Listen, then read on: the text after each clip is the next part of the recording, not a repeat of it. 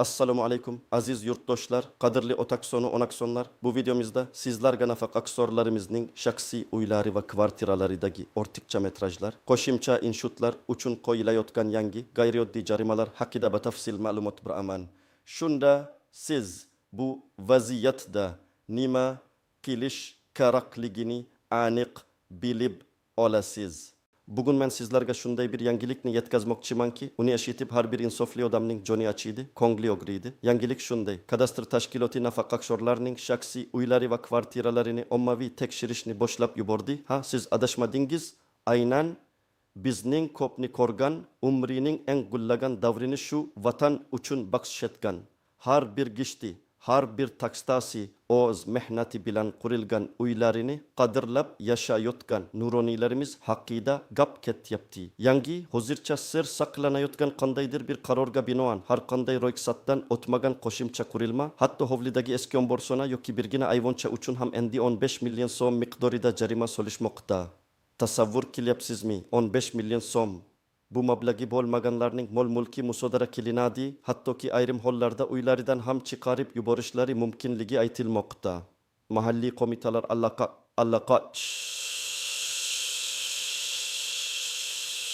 manzil roki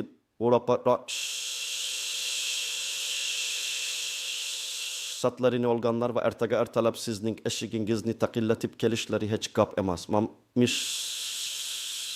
Qadrli otaksonu onaksonlar, bir o'ylab ko'ring, siz umringizni, kuchingizni shu vatan ravnaqi uchun sarfladingiz. Har bir gishti, har bir takstasi o'z mehnatingiz bilan qurilgan uyingizni shu tarzda tortib olishga urinish adolatdanmi? Sizning har biringizning uyingiz bush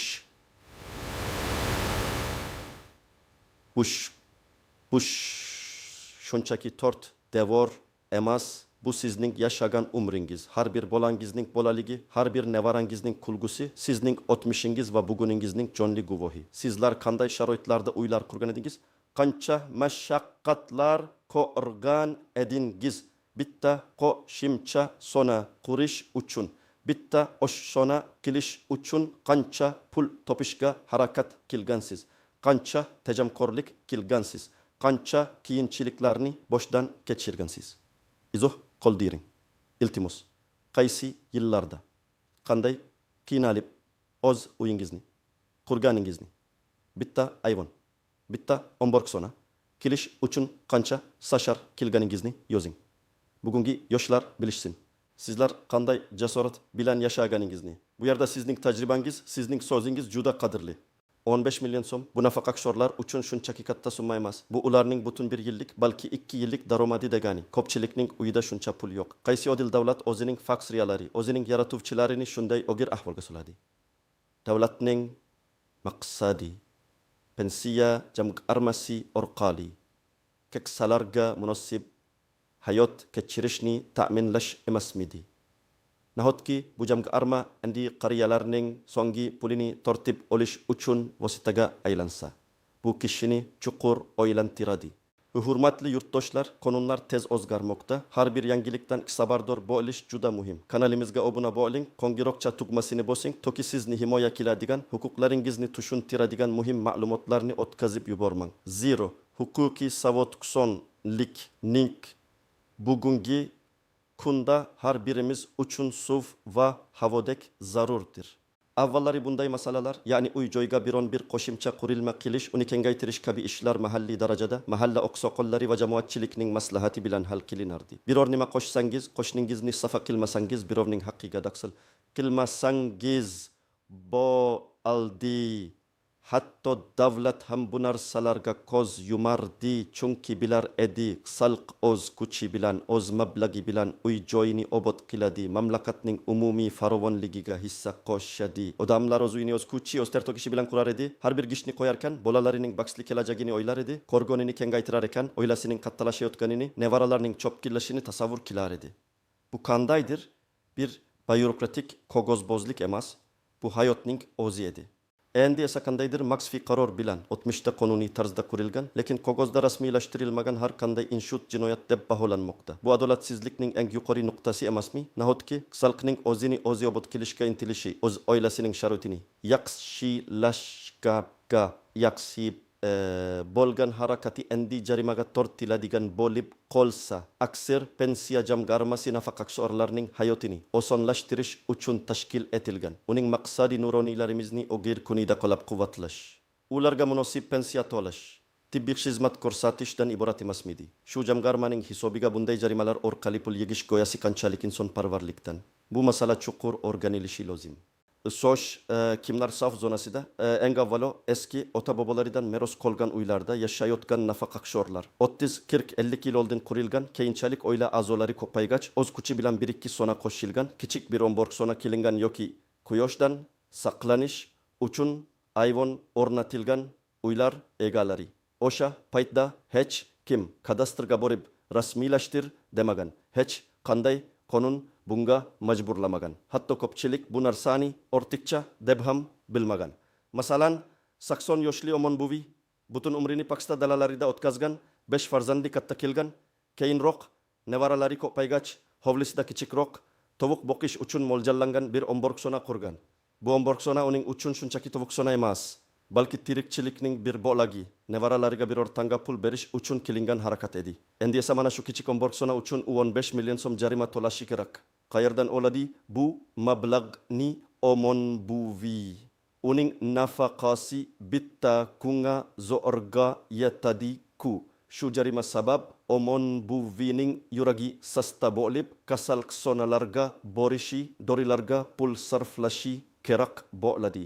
Davlatga bundan qanday foyda bor? Yoki Rahimjon aka, u 124 sonli zavodda 40 yildan ortiq ishlagan. Peshona teri bilan topgan pullariga 2 sonali uy sotib olgan, keyinchalik yoshlikdagi do'stlari bilan hashar kelib, hovlisiga kichkina ayvon qurdirgan. Qishda shamoldan, yozda quyoshdan saqlanish uchun. Bu ayvon u uchun oilaviy yig'inlar, nevaralar bilan choyxona bo'lib xizmat qiladi. Endi unga aytishmoqda. Ayvoningiz qonunga zid 15 million so'm jarima to'lang. Rahimjon aka endi uyqusi buzilib. Men qariyalik uyda bo'lsam ham mayli edi, mol-mulkimni olib qo'yishmas edi, deb o'ylanib yotibdi. Bunday misollarni minglab keltirish mumkin. Bu shunchaki hikoya emas. Bu bizning otaksonu onaksonlarimizning bugungi o'g'ir haqiqati. Aytishlaricha, ba'zi toifadagi nafaqaxo'rlarga, masalan, 100 yoshdan oshgan mo'ysafitlarimizga qandaydir imtiyozlar ko'zda tutilgan emish. Ammo 100 yoshga yetmagan, lekin umri davomida salqa, vataniga xizmat qilgan, bir nechta farzandni, nevarani tarbiya qilgan millionlab odamlar haqida va tikiti danalayatamda ninditi manmadiri ularning mehnati fidoyiligi qadrsiz bo'lib qoldimi? Davlat o'z oqsoqollariga, o'zining tayanchi bo'lgan qariyalariga shunday munosabatda bo'lishi to'g'rimi yoki pensiya jamg'armasi o'zi nima uchun mavjud? Uning asosiy vazifasi nima edi? Izohlarda o'z fikrlaringizni yozing. Bu masala sizga qanchalik tegishli ekanligini, qanday yo'l tutish kerak deb o'ylayotganingizni baham ko'ring. Balki sizning fikringiz, sizning shaxsiy hikoyangiz boshqa nafaqaxo'rlarga ham yordam berar. So'sh, bu vaziyatda nima qilish kerak? Birinchidan, vahimaga tushmang.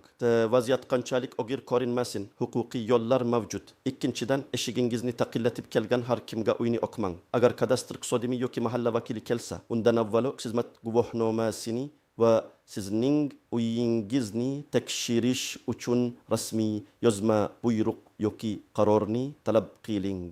Bunday hujjat bo'lmasa, ularni uyga kiritmaslikka haqqingiz bor.